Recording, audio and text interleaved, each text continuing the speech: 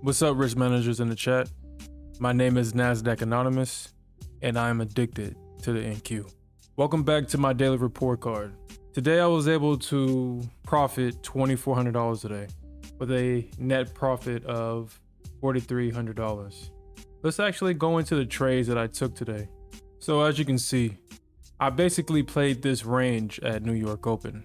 I'm glad that my stubbornness and ambitions did not blind me. VWAP was right here, and I tried to fight VWAP. It did initially drop. The market was very merciful. The NQ was very merciful today. She gave me an opportunity to get out. She even went past VWAP, I guess to induce the bulls to think that, oh, we're back in a bull market, baby. It's time to buy. She did that. And as you can see, she completely dropped, and she continued to drop throughout the entire day. Let's actually look at the replay of these trades. I took my first trade around 8 o'clock. Usually I like to wait for a New York Open, but I thought I saw a opportunity to go long, or at least catch a quick scalp. But this first trade was not a winning trade, I believe. I think I had to stop out of this one, if I'm not mistaken, but let's see. Yeah, so that's my first trade. I thought I was going long, and I believe I stopped myself out of this one. Yeah, I stopped myself out of this one. I thought this was actually going to find support, but it didn't. Yeah, I believe I actually bought at this level right here. When price touched this level, I believe I actually bought a contract. The first couple of minutes in the market, I definitely could have done better.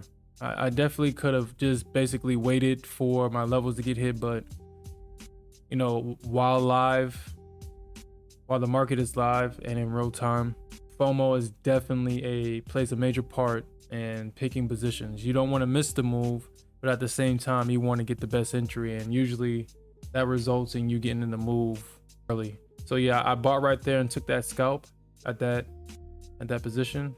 It did drop, so good thing I got out at that high, but I continued to play the range.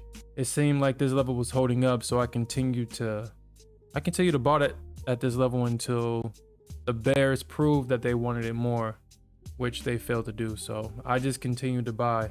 I bought right there at that level, and that was a quick 22-point scalp.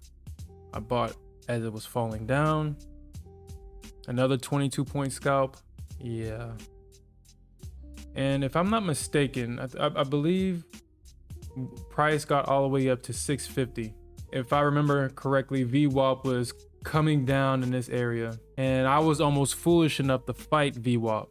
I had a position, and my position was, I had a runner target at 663, but VWAP was definitely in the way. The market was very merciful to me. I do want to say that because she gave me plenty of opportunities, multiple tries. The bears tried to sell it at VWAP. The bulls bought it right back up. And as you can see, yeah, there we go. At this drop, I did buy back into this, and I did move my target initially. I think this missed my target by a couple of points, and I thought that I would had to take a loss on this trade, but like I said, the market was very merciful and I got out. Good thing I got out of this trade right here, because this is where I believe the bears just came in and just dumped this, just completely dumped it. So good thing I got out of my position here, closing the day at $2,400 in profit. Now, I did take a second trade in a different account. I did trade the FOMC minutes reactions. I did post that video. My plan is to actually record myself managing positions and showing the world, win or lose, how I manage my positions, how I get in, how I get into positions, how I scale into positions, and where I need to place my stops and things of that nature. So all in all, today was a good day.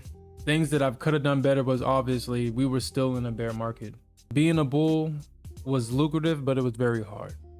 Being a bear, you can see this choppy move up and this elevator down. Choppy move up, elevator down. So I just wanted to be a bear today. I mean, I wanted to be a bull today, but if I was a bear, look at all this money that would have been made if I was patient and traded with the bears, because obviously that's where the money was today. And obviously we had that big move down.